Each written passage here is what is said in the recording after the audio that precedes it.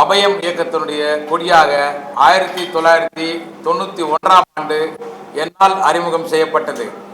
இந்த நீலம் சிகப்பு இந்த இரண்டும் சரிபாதியாக தமிழ்நாட்டிலேயே முதலில் இந்த கொடியை 1989இல் டாக்டர் அம்பேத்கர் இளைஞர் இயக்கம் என்கின்ற இயக்கத்தில் நாங்கள் பணியாற்ற பொழுது நான் உருவாக்கிய கொடி. அதுதான் தமிழ்நாட்டில் முதலாக நீலம் சிவப்பு இது இரண்டையும் சரிபாதியாக வைத்து உருவாக்கப்பட்ட கொடி.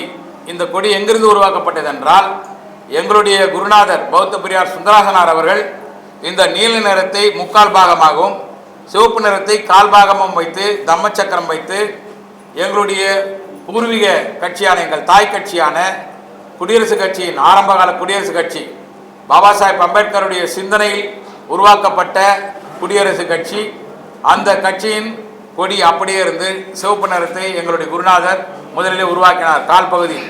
நான் அதனை சரிபாதியாக உருவாக்கி நீலம் மனிதநேயத்திற்கும் மனிதநேயத்தை காப்பதற்கான போராட்டம் நடத்துவதை சிவப்பு நிறத்தை காட்டும்.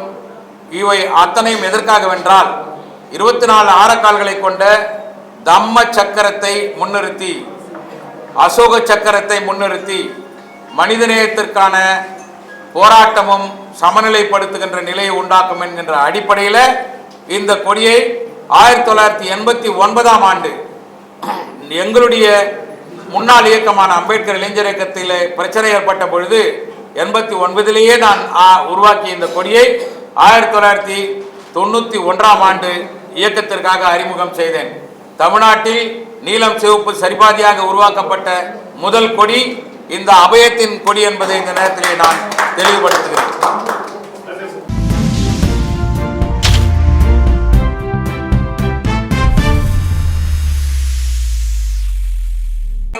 இப்போ நான் கட்சி ஆரம்பிக்கிறதுக்கு அடிப்படை காரணமாக இருக்கிறது. அண்ணா, நீங்கள் பல ஆண்டுகளமாக உழைத்திருக்கிறீர்கள், அதனை கட்சியாக்குங்க. நாங்கள் எந்த இடத்தில் இருந்தாலும் உங்களிடத்தில் மீண்டும் வருகிறோம். மீண்டும் நீங்கள் எங்களை தலைமை பொறுப்பேற்று நடத்துவதற்கு நாங்கள் உங்களோடு இணைந்து செயல்படுகிறோம் என்று அறிவித்திருக்கிறார்கள். அதையும் ஒரு கூறாக எடுத்துக்கொண்டு தான் இந்த கட்சி ஆரம்பித்திருக்கிறோம்.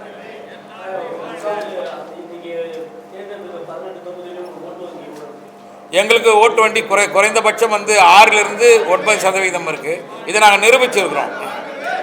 எப்படின்னா ஒரு 15 ஆண்டுகளுக்கு முன்பாக அபயத்தை அரசியலில் நம்ம பக்குவப்படுத்தி ஒரு சோதனை பார்ப்போம் அப்படிங்கிற அடிப்படையில் நாங்கள் 12 தொகுதிகளை நிற்க வைத்து அதன் பிறகு எல்லாருடைய வேண்டுகோளையும் ஏற்று பலருடைய வேண்டுகோளை ஏற்று அரசியல் கட்சி ஆக்கி பின் நிற்போம் என்று வித்ரா பண்ணோம்.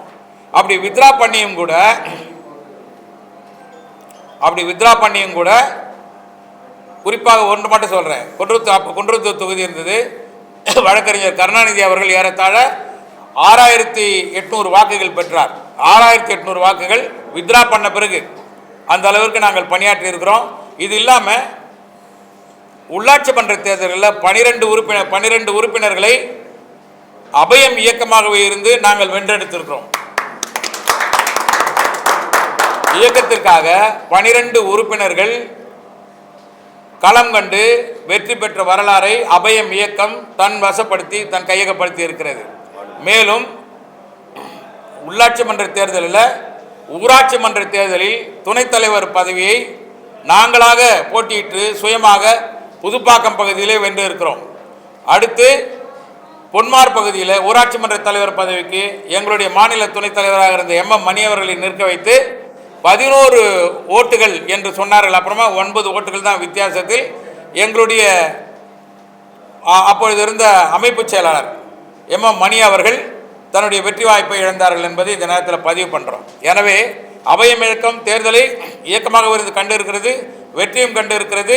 ஏற்கனவே உள்ளாட்சி மன்ற தேர்தலில் MC பதவிகளை துணைத் தலைவர் பதவியை இந்த இயக்கம் பெற்றிருக்கிறது.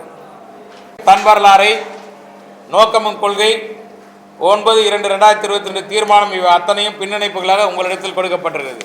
நன்றி.